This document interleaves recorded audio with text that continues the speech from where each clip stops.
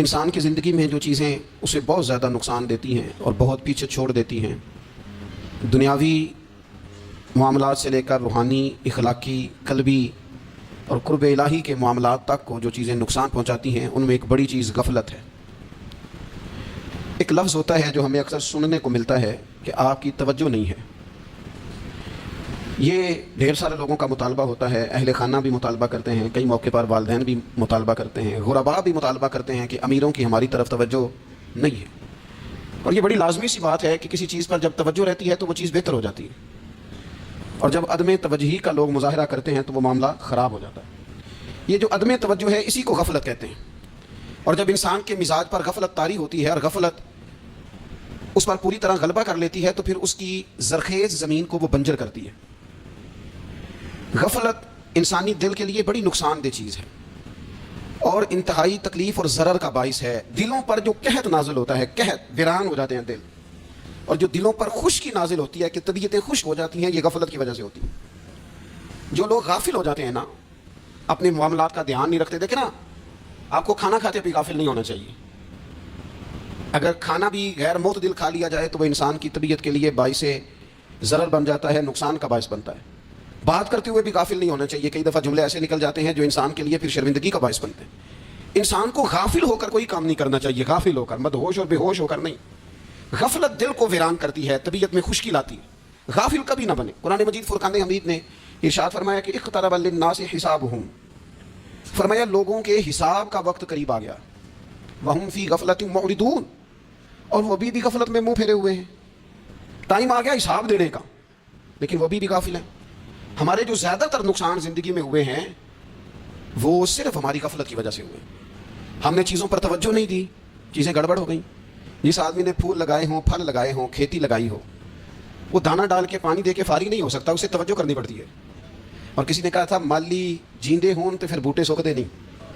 اگر موجود ہونا ان کو سینچنے والا، رکھوالی کرنے والا، تو پھر ان کی جڑیں کبھی خشک نہیں ہوا کرتی۔ ہماری جو غفلتیں یہ بڑی ضرر کا باعث ہیں، نقصان کا باعث۔ اور مجبوری معاف ہوتی ہے، غفلت معاف نہیں ہوتی۔ اسکول میں پڑھتے تھے، مدرسے میں پڑھتے تھے، تو ایک مجبوری ہو گئی جی، خدا نہ خواستہ گھر میں کوئی پریشانی ہو گئی تو اساتذہ اس پر سزا نہیں دیتے۔ کوئی خوشی کا موقع ہے گھر میں، فیملی میں کسی کی شادی ہے، اساتذہ اس پر سزا نہیں دیتے۔ لیکن اگر کبھی پتہ چلتا تھا نا کہ یہ گھر سے تو آیا تھا لیکن مدرسے نہیں آیا، یہ اسکول نہیں آیا، رستے میں غافل ہو گیا، تو یہ بات خوفناک تھی۔ یہ قابل سزا جرم تھا کہ تو غافل ہو گیا اپنی پڑھائی سے، تو گھر سے آیا اور یہاں نہیں آیا۔ غفلت قابل سزا ہوتی ہے، مجبوری کی معافی ہوتی ہے۔ ہمارا آج کا جو مسئلہ ہے وہ غفلت کا ہے۔ ڈھیر سارے لوگ ہیں، سمجھدار بھی ہیں، سیانے بھی ہیں، معاملہ فہم بھی ہیں، باشعور بھی ہیں، تعلیم کی ڈگریاں بھی رکھتے ہیں، لیکن اگر ان کی زندگیوں کی تکلیفوں کو دیکھا جائے اور بے آباد روح کو دیکھا جائے اور سجدوں سے ان کی دوری کو دیکھا جائے تو ایک ہی بات سمجھ میں آتی ہے کہ پتہ سارا ہے لیکن لے ڈوبی ہے غفلت، توجہ نہیں کی۔ لائق بچہ بھی نالائق ترین زندگی گزارتا ہے، اس لیے کہ اس کے لائق ہونے کے ساتھ ساتھ اس کا توجہ کرنا بھی تو ضروری ہے نا۔ نرے لائق کا کیا فائدہ اگر وہ محنتی نہیں، اگر وہ توجہ ہی نہیں کرتا، اپنا سبق دھیان سے سنتا پڑھتا ہی نہیں، تو جتنا مرضی لائق ہو پیچھے رہ جائے گا۔ اور کئی نالائق ہوتے ہیں، رٹا لگا کے پاس ہوتے ہیں، پر چلو رٹا تو لگاتے ہیں نا، محنت تو کرتے ہیں نا، جدوجہد تو کرتے ہیں۔ کئی نالائق جدوجہد کے باعث آگے گزر جاتے ہیں اور کوئی اسی چکر میں رہ جاتے ہیں، میں بڑا لائق ہوں، کل پڑھ لوں گا، پرسوں پڑھ لوں گا، ہفتہ تیاری کر کے پاس ہو جاؤں گا۔ اپنی زندگی سے غفلت کا پردہ اٹھا، اور غفلت اس کے لیے فیصلہ کرنے کی ضرورت ہوتی ہے، پلاننگ کرنے کی نہیں، فیصلہ کرنے کی ضرورت ہوتی ہے کہ میں نے اب غفلت کرنی۔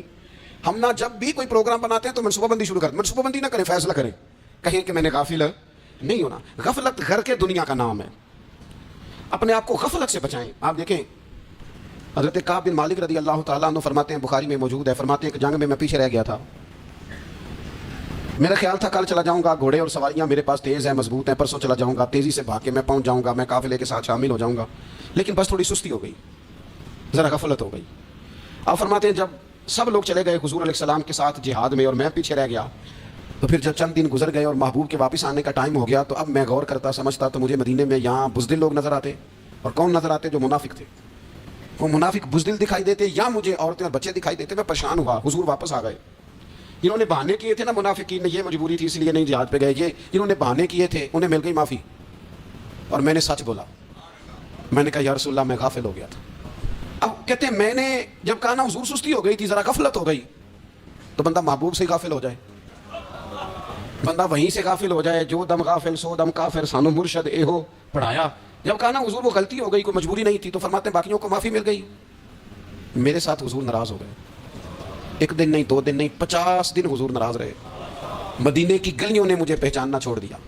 در و دیوار سے مجھے یوں لگتا تھا کہ میں پردیسی ہوں. فرماتے ہیں میں مسجد میں آتا تھا, میں جب محبوب کو دیکھتا تو حضور رخ انور پھیر لیتے, اور مجھے پتا تھا جب میرا چہرہ ادھر ادھر ہوتا تو پھر کریم رحمت کی نظر فرماتے.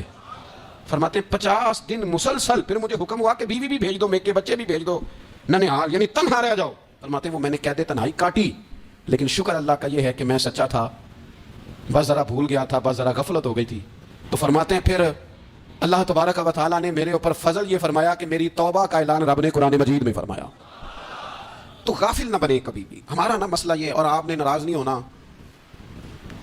ڈھیر سارے لوگ غافل ہو جاتے ہیں. مالدار بھی غافل ہیں, صاحبان علم بھی اللہ ماشاء اللہ بہت ساری جگہوں پہ غافل ہیں. جن لوگوں کو 4 لوگ جاننے لگ جاتے ہیں, کوئی مقام حاصل ہو جاتا ہے, وہ بھی بہت ساری جگہوں سے غافل ہو جاتے ہیں. اللہ ماشاء اللہ, غفلت بڑی تکلیف والا منظر ہے. جو لوگ سمجھتے ہیں نا میں اب گڈ بک میں آ گیا ہوں, اب میں اچھا ہو گیا ہوں, اب میرے لیے خیر کہا جاتا ہے, مجھے اچھائی شاید یہ مستقل میرے ساتھ رہے گی, تعریف ہی ہوگی ہمیشہ, وہ بھی غافل ہو جاتے ہیں. اور یہ غفلت ٹھیک نہیں ہوتی. وجہ دیکھنی چاہیے کس وجہ سے انسان کو وقار مل رہا, عزت مل رہی. اپنی زندگی سے غفلت کو اتار پھینکیں. تھوڑی دیر کی تو غفلت ہوتی ہے, لمبی تو نہیں. 2 منٹ کے لیے صرف اس نے ڈرائیونگ کرتے ہوئے چہرہ موبائل کی طرف کیا تھا, 2 ہی تو منٹ لگے تھے. لمحوں نے خطا کی تھی, صدیوں نے سزا پائی. لمحوں نے خطا کی تھی, صدیوں نے سزا پائی. ایک لمحے کے لیے غافل ہوئے تھے اور صدیاں, نسلیں روتی رہ گئیں پیچھے, بچے تڑپتے رہ گئے, اہل خانہ پریشان رہ گئے, ماں باپ ساری زندگی روتے رہے, لیکن یہ 2 منٹ کے لیے. یہ غفلت جو ہے یہ بڑی تکلیف والا معاملہ. اپنی زندگی سے غفلت کو اتارنا, غافل نہیں بننا, ہر وقت توجہ اور ساری باتوں پہ توجہ. بعض اوقات لوگ ایک طرف توجہ کر کے ایک طرف سے غافل ہو جاتے ہیں. نہ, توجہ ہمہ پہلو رکھنی ہے. ہمارے ذمہ جتنے بھی حقوق ہیں ان سب پر توجہ, ہر چیز کا خیال. ایسا نہ ہو کہ عبادت کرتے رہ جائیں اور حقوق العباد ہم سے چھوٹ جائیں, اور حقوق العباد اتنے زیادہ ادا کریں. صاحب مجھے کہنے لگے ایک دفعہ بڑے وثوق کے ساتھ کہنے لگے جی معاذ اللہ سما نہیں جی ٹائم ملتا, پھر نماز دا کی کریے, روزی کمانا بھی تو عبادت ہے نا. تو میں نے کہا آپ نے عبادت کرنا ایک حصہ قبول کیا ہے, آپ نے کل عبادت نہیں قبول کی. عبادت کل ہے, ہمہ پہلو. ایک حصہ آپ قبول کر کے نکل گئے اور باقی آپ نے چھوڑ دی.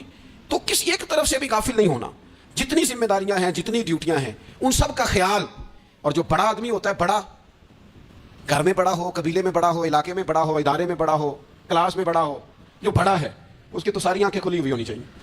ایک ایک پر اس کی نظر ہونی چاہیے کہ میری کہاں ضرورت ہے, کہاں مجھے اشک شوئی کرنی ہے, کس کے ساتھ میں نے کس طرح محبت کا رویہ رکھنا ہے. غافل نہ بنے. اچھا جی اب کیسے پتہ چلے گا کہ ہم غافل ہیں؟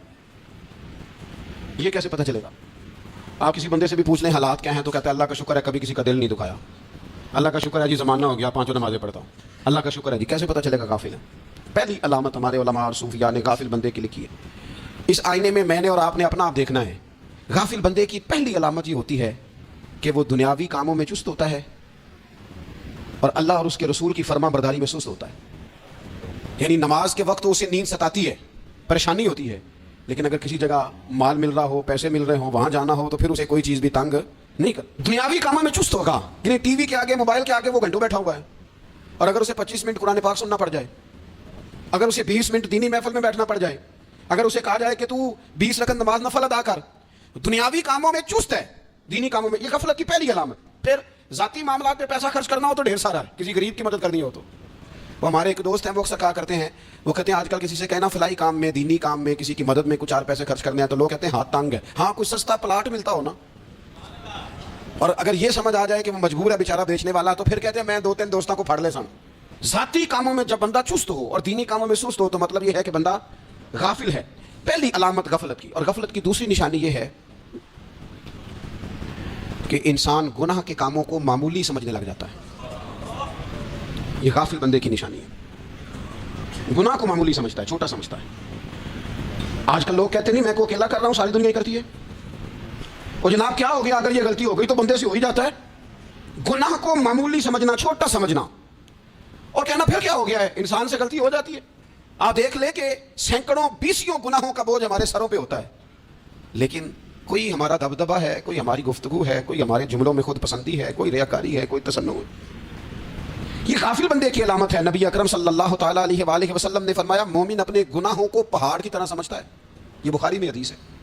مومن پہاڑ کی طرح جانتا ہے اور وہ ڈرتا ہے کہ کہیں وہ پہاڑ اس کے اوپر گر نہ جائے, یعنی کہیں مجھے میرے گناہ کی سزا نہ مل جائے. چھوٹے گناہ کو بھی پہاڑ جانتا ہے, یار مجھ سے غلطی ہو گئی, مجھے ٹھیک کر لینی چاہیے, مجھے معافی لے لینی چاہیے, مجھے توبہ کر لینی چاہیے. مومن اپنے اوپر گناہ کو پہاڑ کی جانب سمجھتا ہے.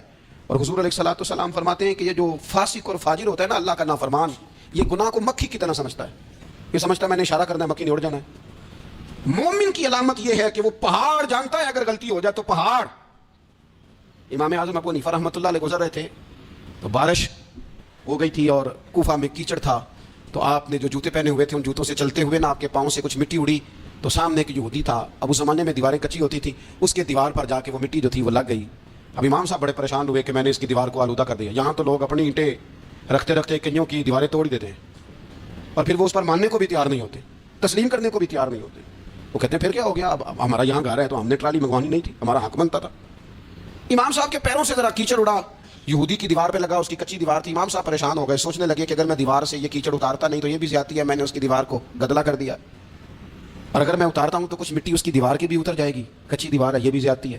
مومن گناہ کو پہاڑ کی طرح سمجھتا ہے کہ کہیں گر نہ جائے, اس کی بھی کہیں سزا نہ مل جائے. امام صاحب نے اس کے دروازے پہ دستک دی, وہ باہر آیا تو اتفاق سے وہ آپ کا مقروض بھی تھا, اس نے پیسے دینے تھے. باہر نکلتے ہی کہنے لگا اوہ آپ تو قرض لینے آ گئے, میرے پاس تو ابھی گنجائش نہیں ادا کرنے کی. تو امام صاحب کہنے لگے تو قرض چھوڑ, وہ میں نے معاف کیا, میرے سے غلطی ہو گئی ہے. میں آ رہا تھا, لکڑی کے جوتے اس زمانے میں کھڑاؤں لوگوں نے پہنے ہوتے تھے, کہا وہ میرے پیروں سے ذرا کیچڑ اڑا ہے, تیری دیوار پہ لگ گیا ہے. اب میں بڑی دیر سے کھڑا سوچ رہا ہوں کہ اگر میں تیری دیوار صاف نہ کروں تو میں نے یہ میلی کر دی, گدلی کر دی, یہ بھی بات درست نہیں ہے, زیادتی. اور اگر میں اسے صاف کرتا ہوں کچی دیوار سے کچھ مٹی اتر جائے گی تو یہ بھی زیادتی ہے. اب تو بتا میں کیا کروں. تو بے موسمہ پھل تھا نا یہ, تو بے موسمہ پھل دیکھ کے بندہ حیران ہو جاتا ہے. جو باتیں روٹین میں نہ ہو رہی ہوں وہ ذرا انوکھی لگتی ہے, بندہ حیران ہو گیا. غور سے امام صاحب کا چہرہ دیکھنے لگا, غور سے چہرہ دیکھنے لگا. تو پھر تھوڑی دیر سوچنے کے بعد کہنے لگا حضور پہلے میں نے دین اسلام کے بارے میں پڑھا اور سنا تھا, آج میں نے دین دیکھا ہے. پہلے میں نے سنا تھا کہ دین اسلام اس طرح کا ہے, آج میں نے دین ہے. ہم نہ پوری دنیا کے کافروں کو دین سنانا چاہتے ہیں, دکھانا نہیں چاہتے. ہم نیک نظر آنا چاہتے ہیں, نیک بننا نہیں چاہتے. ہم نیک نظر آنا چاہتے. نتیجہ کیا نکلتا ہے کہ کچھ عرصے کے بعد پتہ چل جاتا ہے بندہ کس لیول کا نیک ہے, کیا معیار ہے اس کی نیکیوں کا. کہنے لگا حضور پہلے میں نے دین سنا تھا, آج دیکھا ہے. آپ وہ مٹی کی دیوار پر جو کیچڑ لگ گیا ہے, دیوار کو بعد میں صاف کیجئے گا, پہلے کلمہ پڑھائیں تاکہ میرے اندر کا کفر صاف ہو جائے, اب مجھے مسلمان کر دیں. تو غافل آدمی جو ہوتا ہے نا, وہ پھر تیسری بات, جب بندہ بہت زیادہ غافل ہو جاتا ہے پھر اعلانیہ گناہ کرنے لگتا ہے. ایک گناہ پھر اس کا اظہار گناہ. ایک بندہ, حدیث پاک میں آتا ہے, ایک بندہ رات کو کوئی غلطی کرتا ہے, اللہ تعالیٰ اس پہ پردہ ڈال دیتا ہے, لیکن وہ سویرے خود لوگوں کو بتاتا پھرتا ہے میں نے یہ کیا, میں نے یہ کیا. جب آپ اظہار گناہ کرتے ہیں نا تو سامنے والا بھی دلیر ہوتا ہے, کہتا ہے اس نے کیا, میں کر لوں گا تو پھر کیا ہوا. ہمارے علماء نے لکھا ہے کسی کی نماز قضا ہو جائے تو کسی کو بتائے نہ, قضا پڑھ ڈالے, اس کا جگہ جگہ ذکر نہ کرے. جب آپ کہیں گے نا میری قضا ہو گئی تو آپ کے ساتھ رہنے والا بچہ دوست سمجھے گا یار اس کی قضا ہو گئی ہے تو میری بھی ہو جائے گی, تو کیا ہو. گناہ کرنا بھی گناہ ہے اور گناہ کا اظہار بھی گناہ ہے.